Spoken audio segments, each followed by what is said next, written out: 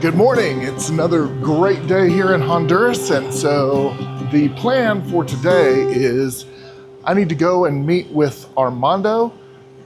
He is our key guy here. I want to introduce you guys to him, and we're going to go and see all the campaign equipment just to kind of verify everything's there, make sure we got everything we need, and then I've got to pick up my printer from there as well, the printer that I have in storage, so that I can print all of the labels for the campaign. I want to do that before we get there so that we don't have to, I won't be holding everybody else up. That's what the plan is. As advertised, we did get a different car, so we're sporting this little Kia around town now, so that other one was not great. Okay, so this is the church in San Miguel. This is one of the congregations here in the capital city of Tegucigalpa. One of the cool things about the church here is they run a clinic, and so there's a doctor here. They've got a small little pharmacy, but the great thing is that this is also where we store all of our campaign equipment, all of the things that we need to run the clinic, the doctor's equipment, the nurse's trunks, the maintenance trunks, all of that sort of stuff. So all of that is stored here so that it's kept safe and it's kept dry and out of the weather. So that is a huge thing here, that we have that capacity to be able to store all the equipment. So one of the things I'm gonna get to do tonight, my home congregation, Lakeside Church of Christ in Orange Park, Florida. One of the things I'm gonna get to do tonight is, this is VBS week for my home congregation. And they asked if I could speak, and I was like, well, I'm gonna be in Honduras, so I said, unless you wanna do a little live stream, I don't think I'm gonna be able to do it. And they're like, let's do the live stream. So I was like, wait, really? And they were like, yeah, let's do it. It'll be something different, it'll be cool and stuff. So one of the things that we get to do tonight is I'm going to live stream from my hotel for my home congregation back home. And it just kind of strikes me as how crazy things are now, like how different things are from when my dad started doing mission work, right? Like I remember when we moved to Panama when I was like 6 years old, we really didn't have a lot of contact with people back home. Long distance calls were a thing. It was super expensive. I remember they installed what's called a ham radio, which is a long distance radio in our house with a huge tower in the backyard, so that on Sunday evenings, I think they had a regular appointment. I don't know if it was like a couple times a month, or I don't know how often it was, but they would get on the radio with the elders back in Georgia in order to communicate about what's going on. And it just strikes me that, like, whenever my dad, even when we lived in Panama, when my dad would leave to go somewhere in the country, whether it was just across the little isthmus there to Panama City to teach at the school, or if he was going into the jungle or whatever, he would be gone for a week or two, and we just wouldn't hear from him. And it's so different now. Even when I started, it was already getting different. I could get a SIM card for a cell phone and be able to call back to the United States. And at that time, it was a little complicated. You had to put in a whole bunch of coding in order to get the right path to get to the United States on a phone. But now it's like, I am sending a video message back to my home congregation in the United States, and like, it's not even that difficult. We're not having to jump through hoops. It's not expensive. It is just oh yeah, we could do that. That's not hard. The leap from when my dad started mission work until now, just the technology that makes communication so much easier, is mind-blowing. how fast and how much it's come in that short amount of time. I mean, you're talking 40 years ago that when my dad got started. And now that much time later, it's just amazing what we can get done in technology. And it's only getting more and more. Like, I had a donor who bought a Starlink for me so that when we're on these campaigns and we're going in the off-road and we're going into towns that are kind of off the grid, I could have internet at any moment in case of an emergency. And that's just amazing.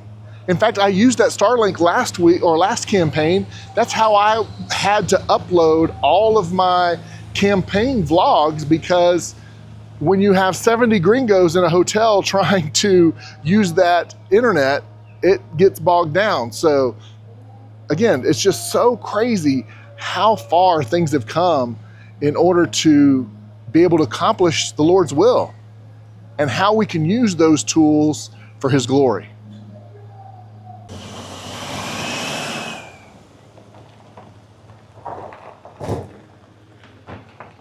Queriendo llegar primero que yo. Imposible.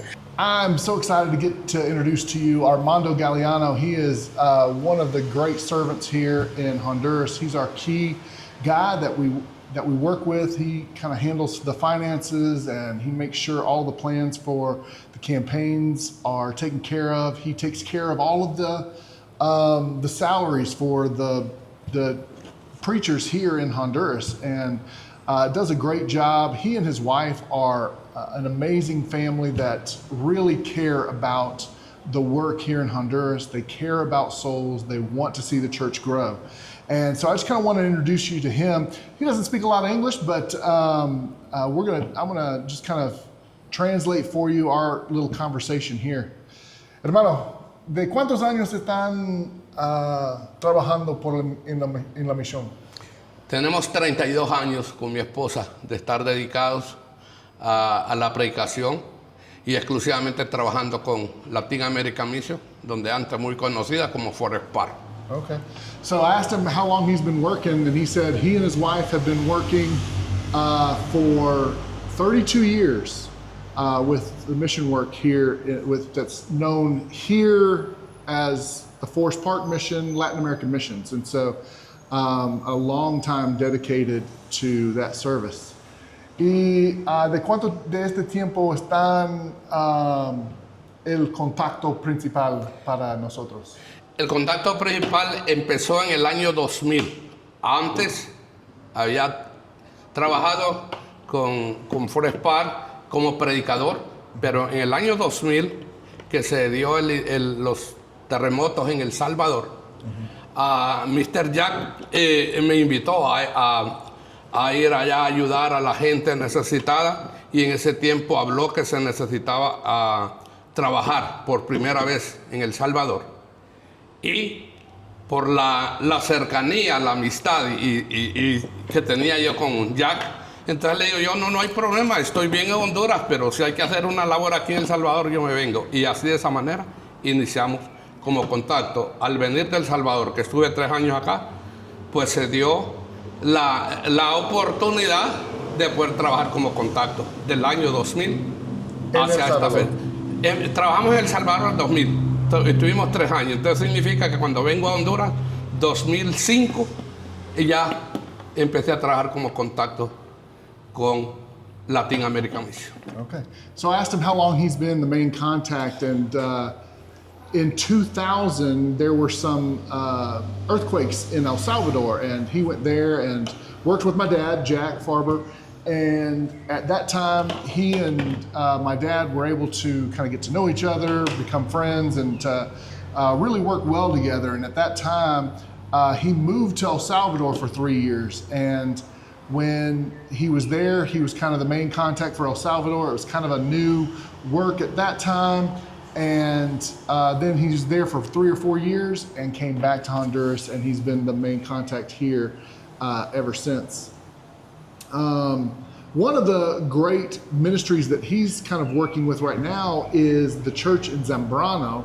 He preaches for the church here in El Hato, which is here in Tegucigalpa, but he's also been working for several years in the church in Zambrano, where we've taken several campaigns over the last several years.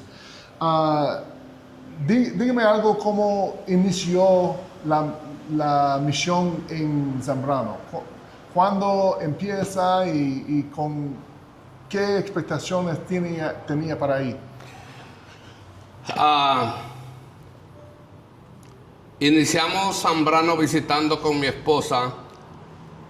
Primero fui a conocer el pueblo, luego hicimos contactos con algunas personas y nos permitieron que empezáramos a hacer las reuniones en un corredor de una casa, y ahí estuvimos predicando muchos meses, y ya cuando vimos que el trabajo iba dando resultado, entonces optamos por alquilar un local para empezar a predicar el evangelio. A estas alturas pues hemos prosperado con la bendición de Dios, porque sí ha sido bastante difícil el trabajo, pero con la ayuda de los hermanos norteamericanos trayendo algunas actividades como campañas médicas y Yes2, nos hemos dado a conocer mucho más, y hasta este momento pues ya por la voluntad y bendición de Dios estamos iniciando la construcción de un edificio para la iglesia.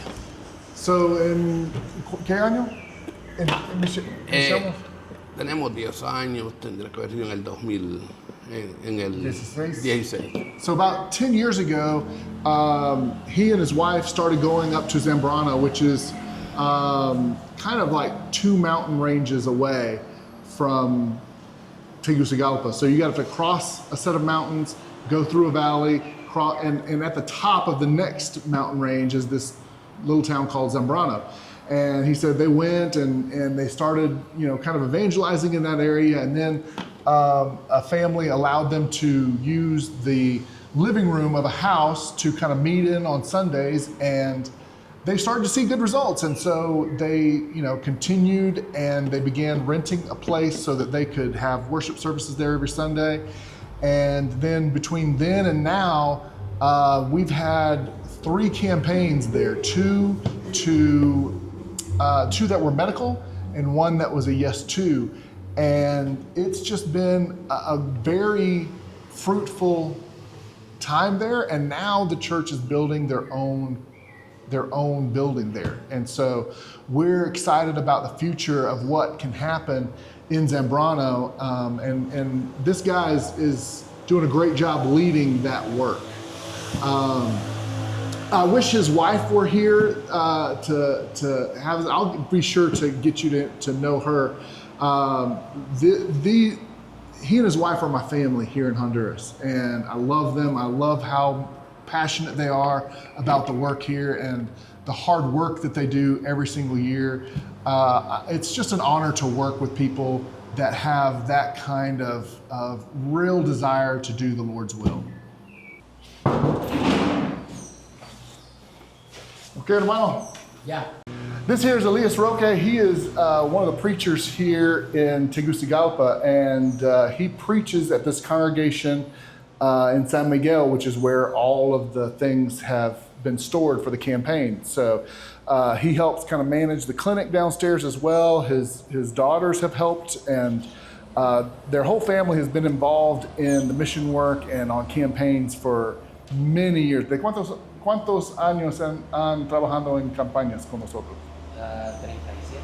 Yeah, 37 years. And so, I mean, he's done it all. He's been a bus driver. He's been, just kind of the guy that has always been real steady and somebody we can count on every year. He's got a great family that love the Lord, and it's just always a pleasure. These are the kind of people I get to work with, and I love it. So, gracias, hermano.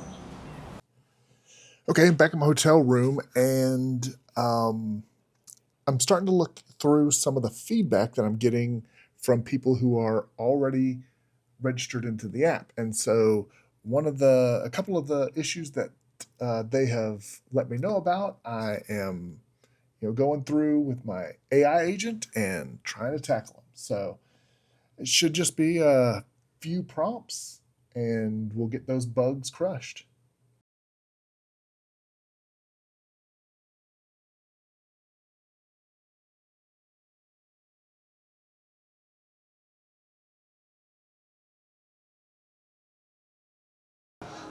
So we're coming to eat lunch at Chili's today, and a lot of times we make choices of food based on mostly making sure that it's a reliable restaurant, that we're not going to get sick. As much as like eating adventurous sounds fun, for me, I just can't afford to get sick. So we're here in Chili's, and I just got here.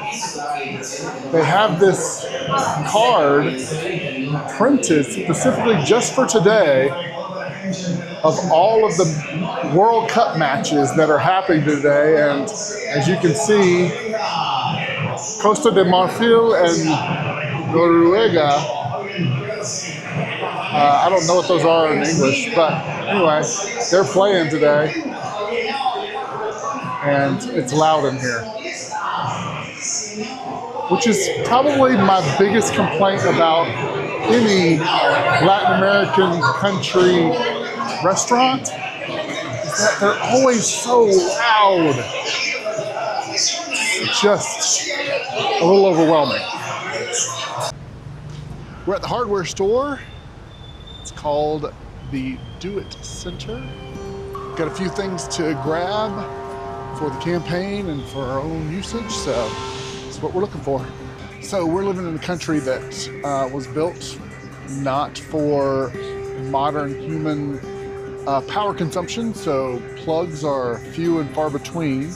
Like they've got this little thing, which don't love that, so we may just have to settle with like a power strip of some sort. So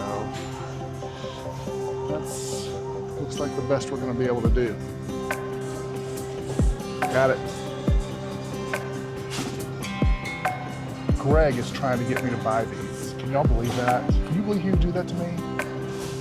Pointed them out to me. Hey, do you remember these from last year when we were eating terrible? They're so good. He's trying to get me to buy them again. Friends like that. But we're strong. Friends like that, you know. We're being strong. Not today. Shout out to my buddy Chuck Morris. He's a big fan of the Cheekies. Hi, I mentioned earlier that I'm supposed to be doing this live stream VBS tonight for my home congregation, so I need to go and look at my lesson for tonight. So that's next. Okay, so here's my setup for my live stream.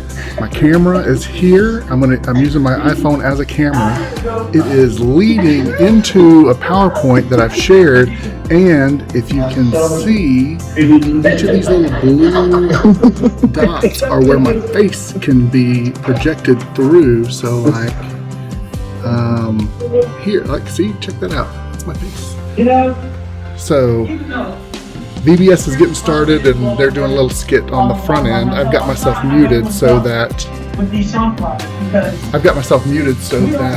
I can do this and not be heard. But it's just kind of cool that, like I said earlier today, the technology is wild. I've got a little wireless microphone here, connected to my phone and connected to my computer, and now I'm live streaming to Florida from Honduras. Crazy times we live in.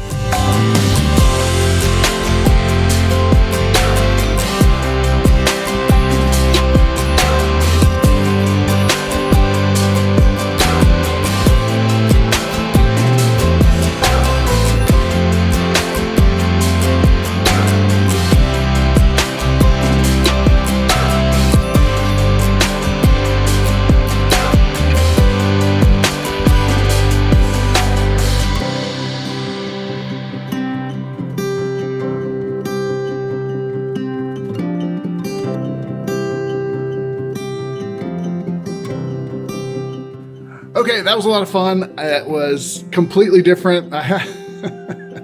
You know, as many times as I've done like Zoom meetings and stuff like this, it's always the same thing. And it's not just, and it happens to everybody.